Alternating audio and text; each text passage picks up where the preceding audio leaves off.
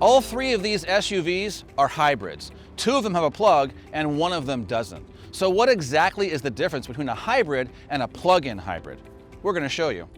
Over the past few years, maybe even decades, we've heard a lot of promises about fully electric cars. But truly affordable electric vehicles are still hard to find unless you're willing to take a chance on a used one. As a way of bridging the gap between gasoline-only automobiles and fully electric cars, hybrids are becoming more popular and more abundant. However, not all hybrids are the same. This Hyundai is a typical hybrid. It uses a combination of gasoline and electricity to make it go. It gets about 36 miles per gallon, which is really good for an SUV this size. In this car, all you do is fill it with gas and drive. The electric part kicks in automatically. There's no charging and there's no action needed from the driver. You just drive. Then the electric motor supplements power and sometimes takes over completely. All the driver has to do is just drive the car. The result of all this is exceptional fuel economy. Hybrids have been around since the late 1990s with Honda Insight and the Toyota Prius. However, today, cars like the Toyota Corolla Hybrid, Hyundai Sonata Hybrid, Honda Insight, and Hyundai Santa Fe Hybrid work in a very similar way to those first, odd-looking hybrids. Even though you don't plug in a traditional hybrid, it still uses electricity. How? Well, the gasoline engine and the car's brakes generate enough electricity to be stored in a small battery, which in turn powers one or more electric motors and helps the car get really good fuel economy, sometimes as much as 55 miles per gallon or more. For example, the Hyundai Ioniq gets close to 60 miles per gallon in combined city and highway driving. This Lincoln Aviator is a plug-in hybrid. Now, a plug-in hybrid works very similar to a typical hybrid with one big difference. You have the option to plug it in so it can store electricity. Then you can drive for a short time on electricity only. Now, it can do this because it has a larger battery pack than a traditional hybrid. Cars that are plug-in hybrids include the Hyundai Ioniq, Chrysler Pacifica Hybrid, Lincoln Aviator Grand Touring, Volvo's Recharge vehicles, and the Toyota Prius Prime and RAV4 Prime. How long can a plug-in hybrid go on just electricity? Well, that depends on the car. Most PHEV Volvos can go about 20 miles.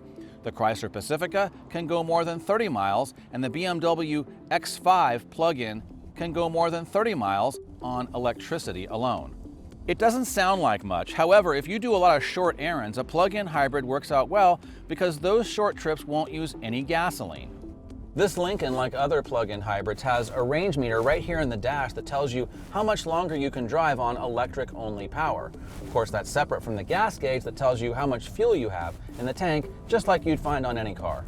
Lincoln says the range on this Aviator is about 18 miles of electric only, but I've driven this SUV more than 25 miles on electricity only. But much of this is determined by individual driving habits and conditions. The real-world result of a plug-in hybrid is a car that uses electricity for short trips with a gasoline engine that kicks in for longer trips. If you have a really long commute, it can dramatically reduce how much fuel you use. For example, I've been driving this Volvo XC60 Recharge for about a month, and I'm getting 77 miles per gallon. That's because most of the driving I do is less than 20 miles round trip, and I always plug the car in when it's home. That means most of the time, this Volvo acts and feels like an electric car. It's quiet and quick and uses very little gasoline. I haven't been to the gas station in at least a month. So is a plug-in hybrid right for you? Well, here are some quick facts from AAA that'll show how a plug-in hybrid might work for the average person. First, motorists age 16 years and older drive an average of 29.2 miles per day. Women take more driving trips. Men drive 35% more miles than women. Seniors over 75 and teens drive less than any other group. Motorists in the South drive the most miles, while drivers in the Northeast drive the least miles. Another advantage of a plug-in hybrid is that you don't have to plug it in if you don't want to. Of course, plugging it in does help you get that great fuel economy, but the car can still function like a traditional hybrid if you want to charge it up only occasionally. Now, if that's your plan, we suggest getting a traditional hybrid because plug-ins are quite a bit more expensive due to the larger battery pack and the related components. There is also another advantage to plug-in hybrids. They're incredibly quick. Take this Lincoln. With a combination of gas and electricity, the powertrain makes nearly 500 horsepower. Now, a non-hybrid Lincoln Aviator makes 400 horsepower. That's still a very powerful SUV, but about 100 horsepower less than the plug-in hybrid version. It's the same story with the Volvo XC60 Recharge. This one makes 400 horsepower. In an SUV this size, that's a lot. Other high-performance hybrids include the Acura NSX with 573 horsepower, the Porsche Panamera with up to 690 horsepower, and the Volvo XC90 with 400 horsepower. If you really want an electric car but still don't fully trust your ability to charge up quickly and easily, look into a plug-in hybrid. A plug-in hybrid is kind of the best of both worlds, bridging the gap between the gasoline-only cars of the past and the electric cars of the future. And you can get one today in a variety of price ranges.